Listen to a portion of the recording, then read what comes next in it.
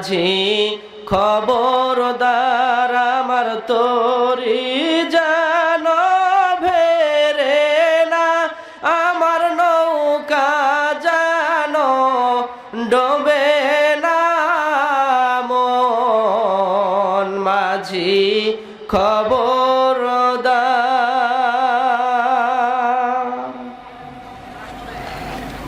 সম্মানিত মুসল্লিয়ান ইকরাম, এই সঙ্গীতটি মূলত আমাদের মানব দেহকে নিয়েই লেখা হয়েছে, যে মানুষ দুনিয়ার মোহে পড়ে তার যে আখেরাতের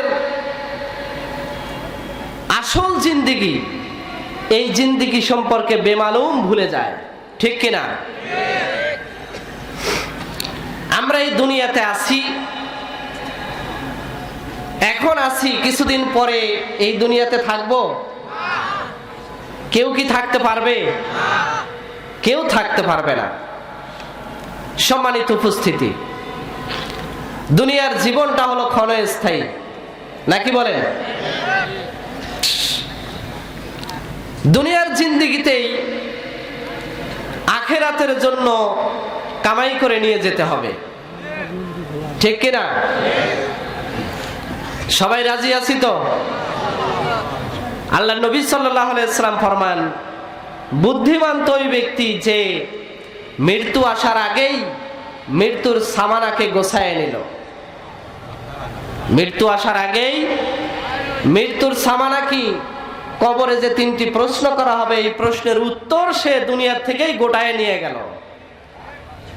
এখন দুনিয়ার থেকে খুব করে মুখস্থ করে গেলাম, কবরে গিয়ে মনে থাকবে? থাকবে? কারো কারো মনে হয় মনে থাকবে, সবাই বলে নাই। কবরে গিয়ে এই প্রশ্নের উত্তর মনে থাকবে? এই প্রশ্নের উত্তর মুখস্থের বিষয় না, এটা আমল এবং বিশ্বাসগত বিষয়। বিশ্বাস করতে হবে এবং সেটা আমলে পরিণত করতে হবে। সম্মানিত হাজরিন, আমরা কোরআনের মাহফিলে আসছি। কিসের মাহফিলে? কোরআন এবং হাদিস থেকে আলোচনা হইতেছে, নাকি বলেন? নবী সাল্লাল্লাহু আলাইহি ওয়াসাল্লামের উপরে যখন কোরআন অবতীর্ণ হয়, তখন থেকে নিয়ে এ পর্যন্ত এবং কিয়ামত পর্যন্ত প্রত্যেকটা জামানাতেই কিছু মানুষ থাকবে কোরআনের আলোচনা যাতে না হয় এটার বিরোধিতা করার জন্য। ঠিক কিনা? নবী পাকের সময় আবু জেহেল, উতবা, শাইবা, আবু লাহাব এরা ছিল যাতে কোরআনের আলোচনা না হয়, কোরআনের প্রচার যাতে না হয়, কোরআনের আলোচনা যাতে মানুষ শুনতে না পারে, এই জন্য যত ধরনের ষড়যন্ত্র তারা করেছিল। তো বর্তমান সময় কি সেটা বন্ধ আছে? বন্ধ আছে? নাই। আমি একটা কথা বললে আপনারা কি মন খারাপ করবেন? কেউ মন খারাপ করবেন না। দেখেন, আমরা এখানে কোরআনের মাহফিলের আয়োজন কমিটিরা কত কষ্ট করে আয়োজন করছেন, নাকি বলেন? এই প্যান্ডেল দিছেন, আবার কত সুন্দর করে চতুর্দিকে সাজায় দিছেন যাতে বাতাস এসে মুসল্লিদের কষ্ট না হয়। এরা কোরআনের মাহফিল যাতে হয় এই প্রচেষ্টায় এত সুন্দর আয়োজন করেছেন, নাকি বলেন? আমাদের মতন কিছু মানুষ কোরআনের মাহফিলে মানুষেরা এসে যাতে কোরআনের আলোচনা শুনতে না পারে এর জন্য বাধা হয়ে দাঁড়াইছে। আপনারা বলেন তো তারা কারা? কিছু কিছু দোকানদার আছে, দেখেন যায় তাদের দোকানে 2 জন 4 জন 5 জন করে কেনাকাটায় ব্যস্ত। এই দোকানগুলো যদি না থাকতো তাহলে আমার মনে হয় এই মুসল্লিরা এসে প্যান্ডেলে বসে যেত। ঠিক কিনা? তাহলে আবু জেহেল ওই সময়, উতবা সাহেবা ওই সময় সরাসরি কোরআনের আলোচনা, কোরআনের প্রচার যাতে না হয় সরাসরি বিরোধিতা করেছে। আর আমরা দোকান দিয়ে ইনডাইরেক্ট ভাবে মানুষকে দূরে রাখতেছি। ব্যবসা বাণিজ্য তো আমরা করব, কিন্তু স্থান কাল পাত্র ভেদে করতে হবে, নাকি বলেন? আমরা ব্যবসায়ীরা আছি, কিছু কিছু মৌসুম আমাদের কাছে আসে। একটা হলো রমজানের মৌসুম, আর একটা হলো এই ওয়াজ মাহফিল যখন হয় তখন আমরা মাহফিল করি। হ্যাঁ, যতক্ষণ ওয়াজ না চলে, ওয়াজ চলার আগ পর্যন্ত আমরা ব্যবসা বাণিজ্য করি। যখন ওয়াজ শুরু হয় তখন আমার মনে হয় দোকানপাট বন্ধ করে সমস্ত মুসল্লিদেরকে নিয়ে এসে কোরআনের আলোচনা শোনা দরকার আছে না নাই? সম্মানিত দোকানদার ভাইয়েরা, আপনারা নিজেও কোরআনের আলোচনা শুনুন এবং যারা আলোচনা শোনার জন্য আসছে তাদেরকেও মাহফিলে এসে বসার সুযোগ করে দিন ইনশাআল্লাহ। সম্মানিত মুসল্লিয়ানে ভাই, আল্লাহ রাব্বুল আলামিন এই কালামে পাকের মধ্যে জানায় দিয়েছেন, কিতাবুন আনজালনাহু ইলাইকা লিতুখরিজান নাসা মিনাজ যুলুমাতি ইলান নূর।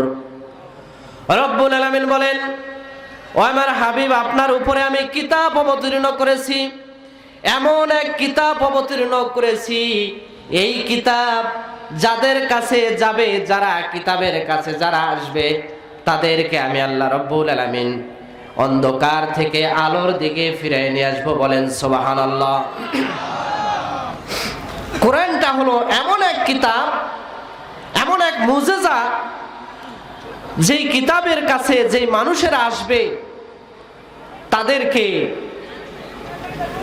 অন্ধকার জগৎ থেকে আলোর দিকে ফিরিয়ে নিয়ে আসবে। এখন প্রশ্ন করতে পারেন যে অন্ধকার থেকে আলোর মধ্যে ফিরিয়ে নিয়ে আসবে কিভাবে? কারো মধ্যে যদি কোরআন থাকে, কোরআন যদি বোঝে, কোরআনের জ্ঞান যদি তার মধ্যে থাকে, ওই ব্যক্তি সুদের দিকে যাবে না, সুদ খাবে না, ওই ব্যক্তি ঘুষ খাবে না, ওই ব্যক্তি জেনা করবে, ওই ব্যক্তি অন্যায় হারাম কাজ করবে না, ওই ব্যক্তি যত ধরনের খারাপ কাজ রয়েছে, আল্লাহ তাআলার নিষিদ্ধকৃত বিষয়গুলো রয়েছে, এইগুলার থেকে ওই ব্যক্তি দূরে থাকবে। জোরে বলেন ঠিক কিনা? এটাই হলো কোরআন মানুষকে অন্ধকার থেকে অর্থাৎ খারাপ কাজ থেকে ভালোর পথে রাখে। কোরআনের মুজিজাই হলো এটা। বলেন সুবহানাল্লাহ। সম্মানিত হাজরিন, তাহলে এই কোরআন শোনার থেকে যারা মানুষকে দূরে রাখতেছে তাদের সম্পর্কে আল্লাহ রাব্বুল আলামিন বলেন, وَقَالَ الَّذِينَ كَفَرُوا لَا تَسْمَعُوا لِهَذَا الْقُرْآنِ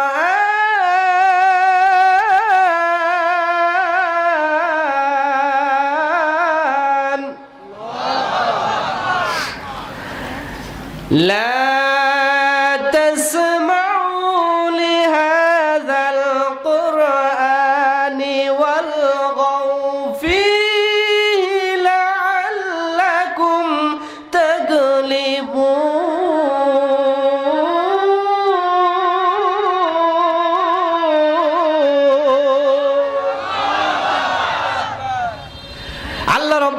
জানাই দিলেন,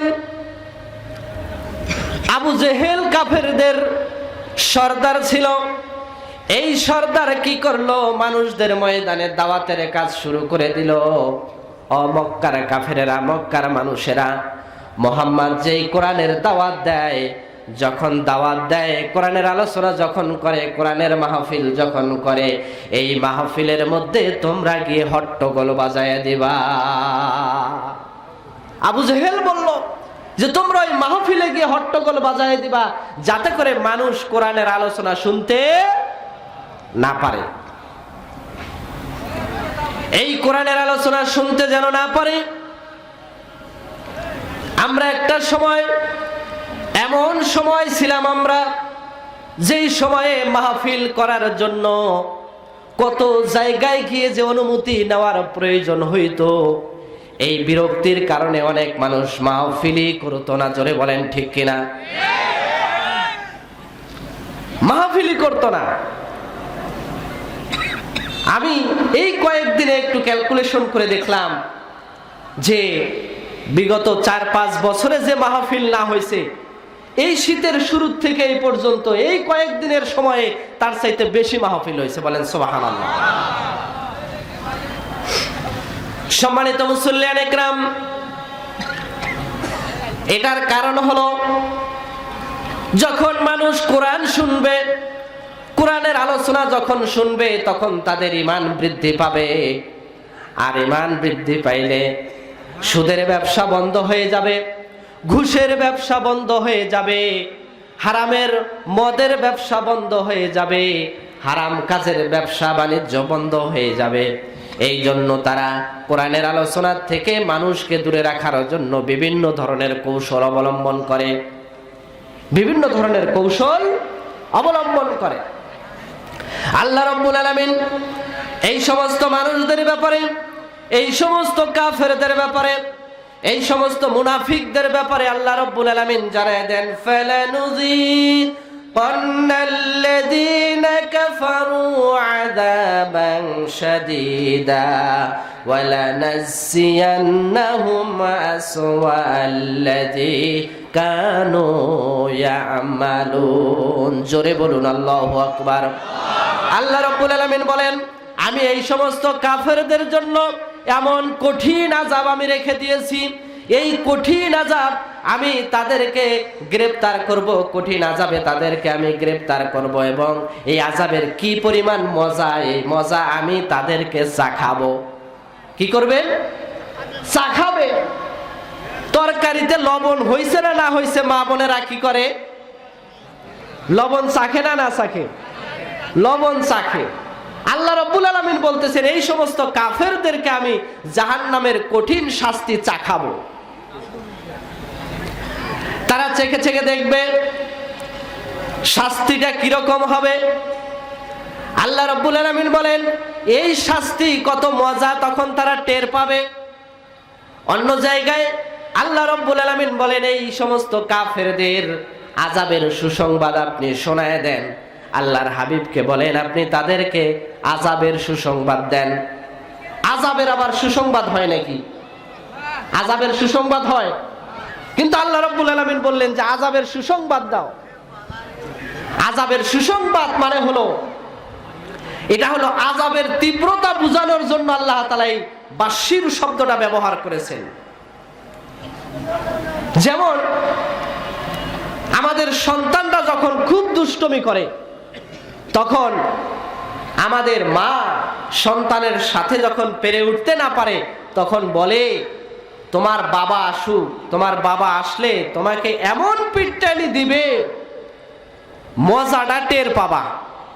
পিটাইলে কি মজা লাগবে? মজা লাগবে? লাগবে না। আল্লাহ রাব্বুল আলামিন এই আযাবের সুসংবাদ কথাটা বলে বুঝাতে চাইলেন আযাবের তীব্রতা, আযাবের যন্ত্রণাটা কত কঠিন হবে, ভয়ানক হবে। মা যেরকম সন্তানকে বুঝাতে চাইলেন, তোমার বাবা এমন মার দিবে যে তুমি সেটা সহ্য করতে পারবে না, এমন শাস্তি তোমাকে দিবে। এটার তীব্রতা বোঝানোর জন্য মা বললেন, মজাটা টের পাবা। আল্লাহ তাআলাও তেমনি আযাবের সুসংবাদের কথা বললেন। সম্মানিত হাজরিন, তাহলে কোরআনের আলোচনা বন্ধ হোক, এটা কি আমরা চাই? কারা কারা চাই না? দুহাত তুলে আল্লাহ তাআলাকে দেখায় দেন, লিল্লাহে তাকবীর, লিল্লাহে তাকবীর। আল কোরআনের আলো ঘরে ঘরে জালো। হাত নামায়।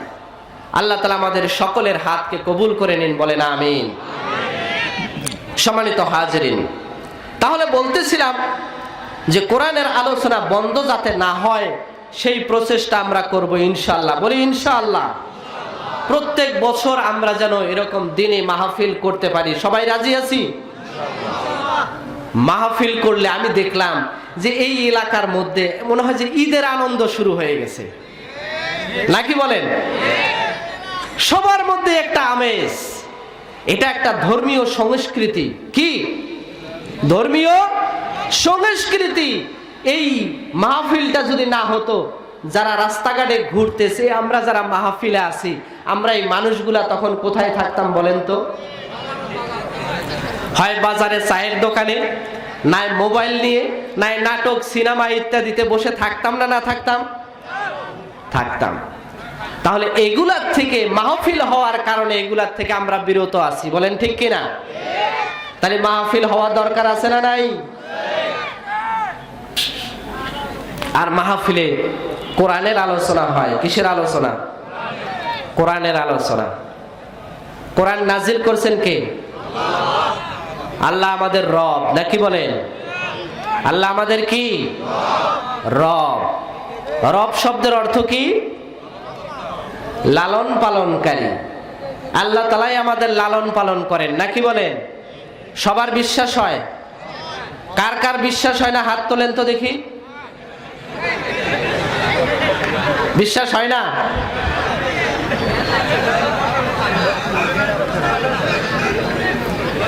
বুঝছি আপনারা আলোচনা শুনতে শুনতে মত্ত হয়ে গেছেন যে হুজুর তো কখনো না বোধক কিছু বলবে না, নাকি বলেন? বুঝে শুনে উত্তর দিয়ে। আল্লাহ রাব্বুল আলামিন আমাদের রব। আমাদেরকে সৃষ্টি করার পূর্বে, দুনিয়াতে প্রেরণ করার পূর্বে আল্লাহ রাব্বুল আলামিন সমস্ত রূহকে একত্র করে আমাদেরকে ডাক দিলেন, হে সমস্ত রূহ, আলাস্তু বিরব্বিকুম, আমি কি তোমাদের প্রভু নই? আমি কি তোমাদের রব নই? আল্লাহ রাব্বুল আলামিন আমাদের প্রশ্ন করলেন। তখন আমরা সমস্ত রূহ এক বাক্যে ওই দিন বলেছিলাম, ক্বালু বালা, হ্যাঁ অবশ্যই আপনি আমাদের রব। রূহ জগতে আমরা যখন ছিলাম তখন আমরা সমস্ত রূহ এক বাক্যে বলছিলাম, হ্যাঁ আপনি আমাদের রব। এতে কোনো সন্দেহ নাই, এতে কোনো সন্দেহ নাই। বালা শব্দের অর্থ না হ্যাঁ বোধক অর্থ বুঝায়, আবার নাম শব্দের অর্থ হ্যাঁ বুঝায়। কিন্তু নামের মধ্যে একটু সন্দেহ থাকে, হ্যাঁ আপনি হতেও পারেন নাও পারেন। কিন্তু বালা শব্দ বললে এখানে আর কোনো সন্দেহ থাকে না। তো আমরা ওই দিন সবাই বলে আসছিলাম, হ্যাঁ অবশ্যই আপনি আমাদের রব, আপনি আমাদের রব। দুনিয়াতে যখন আসলাম রবকে ভুলে গেলাম, রবের কথা আর মনে নাই। রবের কথা যাতে ভুলে না যাই, এই জন্য আল্লাহ রব্বুল আলামিন আমাদের জন্য নামাজ দিয়ে দিলেন। কি দিলেন বলেন? নামাজ দিয়ে দিলেন। নামাজের মধ্যে আমরা প্রথমেই সূরা ফাতিহার মধ্যে পড়ে থাকি, আলহামদুলিল্লাহি রাব্বিল আলামিন।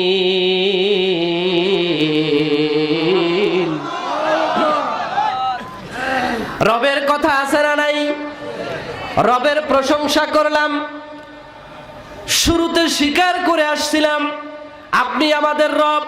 নামাজের মধ্যে প্রশংসা করে জানায় দিলাম, ও আমাদের মালিক, ও আমাদের রব, আমরা আপনাকে ভুলি নাই, আপনার কথা আমাদের মনে আছে। আবার যখন রুকুতে যখন গেলাম, রুকুতে গিয়ে আমরা রুকুর তাসবিহ পড়তেছি, সুবহানা রাব্বিয়াল আযীম। রবের কথা আছে না নাই? রুকুত থেকে উঠলাম, সামি আল্লাহু লিমান হামিদা। তখন আমরা কি পড়ে থাকি? রব্বানা লাকাল হাম। রব্বানা, রব, রবের কথা আছে না নাই? আল্লাহ তাআলা এইভাবে নামাজ দিলেন। সিজদায় গিয়েও আমরা রবের প্রশংসা করি না? না করি? রবের প্রশংসা করি। দুনিয়াতে এসে আমরা যাতে ওই রবকে ভুলে না যাই, যে রবের স্বীকারোক্তি আমরা রূহ জগতে দিয়ে আসলাম, এই রবের কথা যাতে আমরা ভুলে না যাই, এই জন্য আল্লাহ তাআলা 5 ওয়াক্ত নামাজ দিলেন। 5 ওয়াক্ত নামাজে যখন কোনো বান্দা রবের স্বীকারোক্তি দেবে, ওই ব্যক্তি কবরে মুনকার নকিরের প্রশ্নের জবাব দিতে তার আর কোনো সমস্যা হবে না। কবরের প্রথম প্রশ্ন কি? মান রব্বুকা, তোমার রব কে? রবের প্রশ্ন করবে, দুনিয়াতে আমি নামাজ পড়লাম, রবের হুকুম পালন করলাম, চাকরি ক্ষেত্রেও রবের হুকুম পালন করেছি, ব্যবসার মধ্যেও রবের হুকুম পালন করেছি, ব্যবসার মধ্যে কোনো ভেজাল পণ্য দেই নাই। ভেজাল পণ্য বিক্রি করলেও কাস্টমারকে বলছি, ভাই এটা কিন্তু 1 নাম্বার না, পাম অয়েল তেল বিক্রি করে, সয়াবিন তেল বলে আছে না নাই? পাম অয়েলের দাম কম আর সয়াবিনের দাম একটু বেশি, কিন্তু বলে যে ভাই এটা হলো 1 নাম্বার সয়াবিন, কিন্তু দিল কি? Palm oil. ব্যবসার মধ্যে আল্লাহর নবী দোয়া করে গেলেন, 70% রিজিক ব্যবসার মধ্যে রয়েছে, কিন্তু আমরা এই ব্যবসার মধ্যে মিথ্যার আশ্রয় নেই, যার কারণে হালাল ব্যবসা কিন্তু আমরা হারাম ভাবে এখান থেকে উপার্জন করতেছি। ঠিক কিনা? হারাম ভাবে উপার্জন করতেছি। তাহলে ব্যবসার ক্ষেত্রে রবকে মানা হলো? মানা হলো? মানা হলো না। চাকরির ক্ষেত্রে গেলাম, 8টা থেকে 4টা পর্যন্ত অফিস, অথবা 9টা থেকে 4টা পর্যন্ত অফিস। গেলাম আমি 9:30টায়, আসলাম 3:30টায়, বাদ দিলাম কয় ঘন্টা? 1 ঘন্টা বাদ দিলাম। চাকরি করে আসলাম, চিন্তা করতেছি আমি তো শ্রম দিলাম, এখানে তো আমার বেতনটা হালাল, আসলে কি হালাল হইল নাকি একটু হারাম এর মধ্যে ঢুকে গেল? হারাম একটু ঢুকে গেল, যার কারণে আপনার এই ইনকামটাও, বেতনটাও আপনার হালাল হইল না। সুতরাং এখানে রবকে মানা হইল? হইল না। শুধু মসজিদে নামাজে মানলেই হবে না, জীবনের প্রত্যেকটা ক্ষেত্রেই রবকে মানতে হবে। এই জন্য রব্বুল আলামিন জানায় দিলেন, ইন্নাল্লাযীনা ক্বালু রাব্বুনাল্লাহ,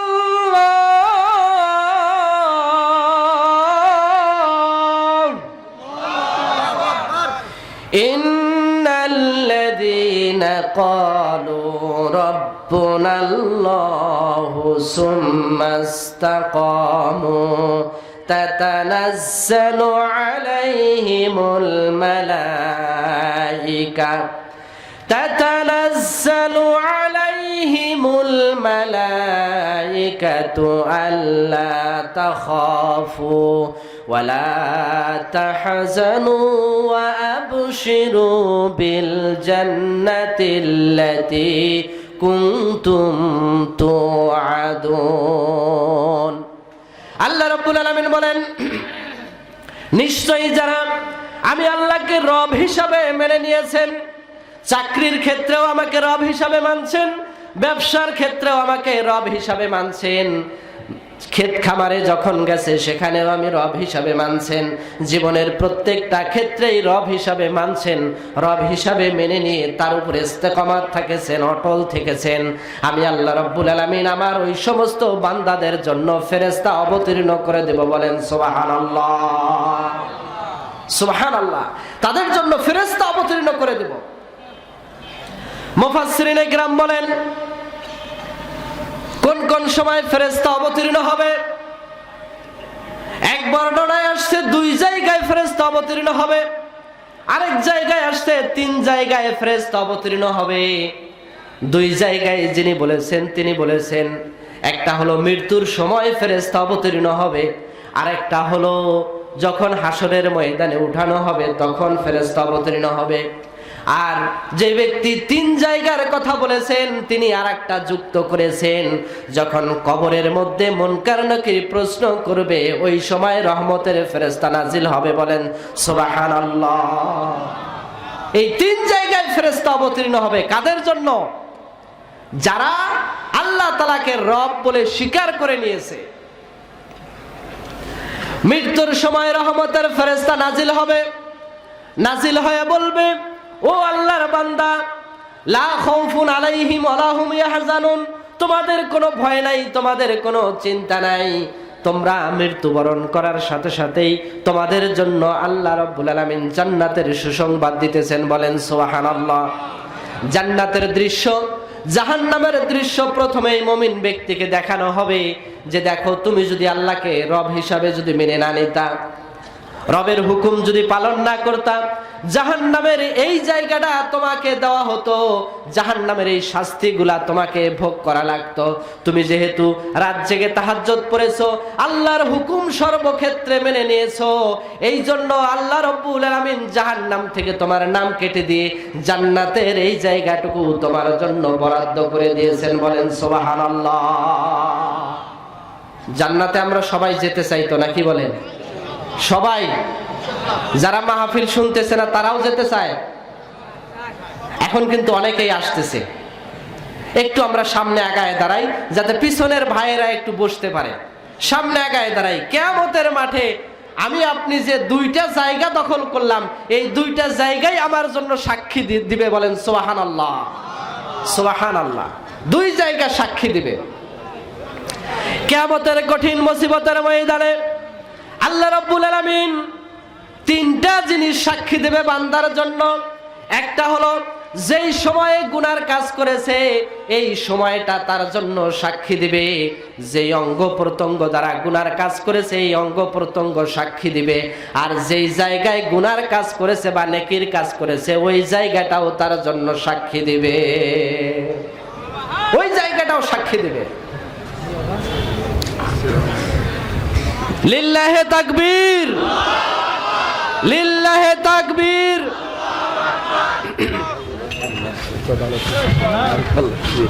প্রধান অতিথির আগমন, প্রধান বক্তার আগমন।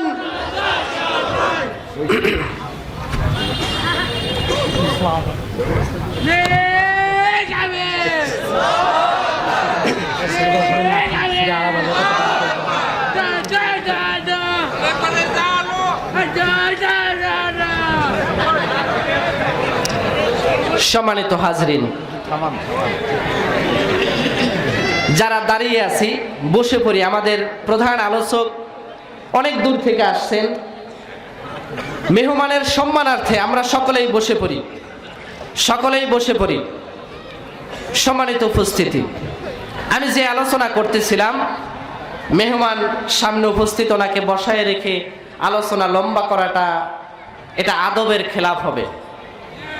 তাই আমি সংক্ষেপে মহতারামের কাছ থেকে 2-1 মিনিট নিয়ে আমি শেষের দিকে যাচ্ছি।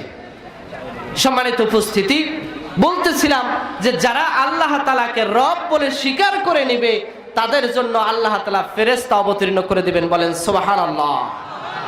কয় সময় ফেরেশতা অবতীর্ণ করবেন? 3 সময়। একটা হলো মৃত্যুর সময়, ফেরেশতারা এসে বলবে তোমাদের কোনো ভয় নাই, তোমাদের কোনো ভয় নাই, তোমাদের কোনো চিন্তাও নাই। চিন্তা মানে তুমি দুনিয়ার থেকে বিদায় নিয়ে চলে যাবা, তোমার রেখে যাওয়া সন্তান এরা ইসলাম বিরোধী কোনো কাজ করবে না, ইসলাম বিরোধী কোনো কাজ করবে না। এই ব্যাপারে তুমি শিওর থাকো, এই ব্যাপারে তুমি কোনো চিন্তা করো না। দ্বিতীয় নাম্বার বিষয় হলো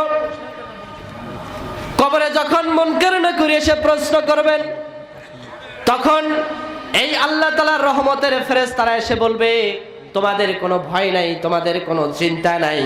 মুনকার নাকিরের প্রশ্নের জবাব তোমাদের জন্য আল্লাহ তাআলার পক্ষ থেকে আমরা দিয়ে দিব। বলেন সুবহানাল্লাহ।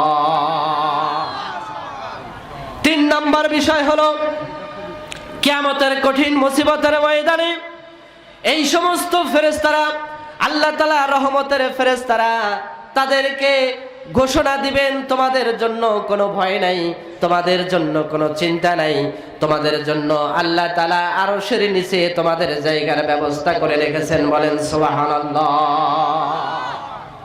তাহলে আল্লাহ তাআলাকে রব হিসাবে মেনে নেওয়ার দরকার আছে না নাই?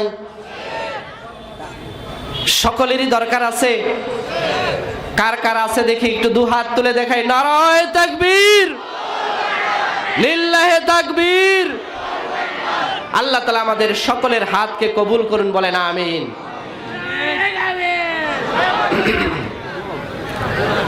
আমাদের বাকি জীবনটুকু আল্লাহ তাআলার গোলামি করে, আল্লাহ তাআলার হুকুম পালন করে দুনিয়ার থেকে বিদায় নেওয়ার তৌফিক দান করুন। আমরা সকলে বলি আল্লাহুম্মা আমিন। সম্মানিত উপস্থিতি, মা বোনদের জন্য দুই একটি কথা বলেই আমি শেষ করব। আল্লাহ নবী সাল্লাল্লাহু আলাইহি সাল্লাম ফরমান, নেককার স্ত্রী যারা হবে এদের জন্য জান্নাতের 8টা দরজাই খোলা থাকবে, বলেন সুবহানাল্লাহ। কাদের জন্য? নেককার স্ত্রীদের জন্য। নেককার স্ত্রীর বৈশিষ্ট্য হলো 4টা। কয়টা? 4টা। যারা মা বোনরা আছি একটু কান খুলে শুনে নেই, এই 4টা বৈশিষ্ট্য যেন আমাদের মধ্যে এসে যায়। যাদের নাই তারা আনবো, আর যাদের আছে তাদের তো আলহামদুলিল্লাহ। প্রথমে হলো, স্বামী যেই আদেশ করে এই আদেশটা যদি বৈধ হয়, শরীয়ত সম্মত যদি হয়, তাহলে এটা পালন করতে গিয়ে যদি আমার জীবনও যায় তবুও এই আদেশ অমান্য করা যাবে। স্বামীরা খুব খুশি হইতেছে যে এইবার পাইছি একটা, নাকি বলেন? দ্বিতীয় নাম্বার বৈশিষ্ট্য হলো, কারণে অকারণে স্বামীর সাথে কথা বলা বন্ধ করা যাবে? যাবে না। কারণে অকারণে 2 দিন 3 দিন নাই কথা বলা বন্ধ। এটার কারণে স্বামী বেচারা কি করে, সারাদিন পরিশ্রম করে এসে যখন দেখে স্ত্রীর মন খারাপ, তখন সে অন্য রাস্তা অবলম্বন করে, ঠিক কিনা? এটার কারণে অধিকাংশ স্বামীরা এখন পরকীয়ায় জড়িত হয়ে যায়। এই জন্য যারা মা বোনেরা আছি, আমরা স্বামীর সাথে কারণে অকারণে কথা বলা বন্ধ করব না। যদি কথা বলা বন্ধ করা প্রয়োজনই হয়, স্বামীকে বলবো তুমি এই দোষ করছো আমার সাথে, এই কারণে আমি তোমার সাথে 2 ঘন্টা কথা বলবো না। তাহলে স্বামী বেচারা সচেতন হয়ে যাবে, নাকি বলেন? 3 নাম্বার হলো, স্বামী যেই জিনিস অপছন্দ করে ওই জিনিস স্ত্রীকেও অপছন্দ করা লাগবে, ঠিক কিনা? 4 নাম্বার বিষয় হলো যে স্বামী যাদেরকে অপছন্দ করে স্ত্রীকেও তাদের সাথে কথা বলা, কোনো ধরনের লেনদেন করা যাবে না, নাকি বলেন? এই 4টা বৈশিষ্ট্য কোন স্ত্রীর মধ্যে যদি থাকে, আল্লাহ নবী সাল্লাল্লাহু আলাইহি ওয়াসাল্লাম বলেন এ হলো নেককার স্ত্রী, বলেন সুবহানাল্লাহ। সম্মানিত উপস্থিতি, প্রধান মেহমান এবং প্রধান আলোচক আমাদের মাঝে উপস্থিত, আমি আর কথা বাড়ালাম না। যতটুকু আলোচনা হলো, আল্লাহ তাআলা আমাদের সকলকে যেন এই আলোচনার উপরে আমল করার তৌফিক দান করেন। আমরা সকলে বলি আল্লাহুম্মা আমিন। ওয়া আখিরি দাওয়ানা আলহামদুলিল্লাহি রাব্বিল আলামিন। আসসালামু আলাইকুম ওয়া রাহমাতুল্লাহি ওয়া বারাকাতুহু।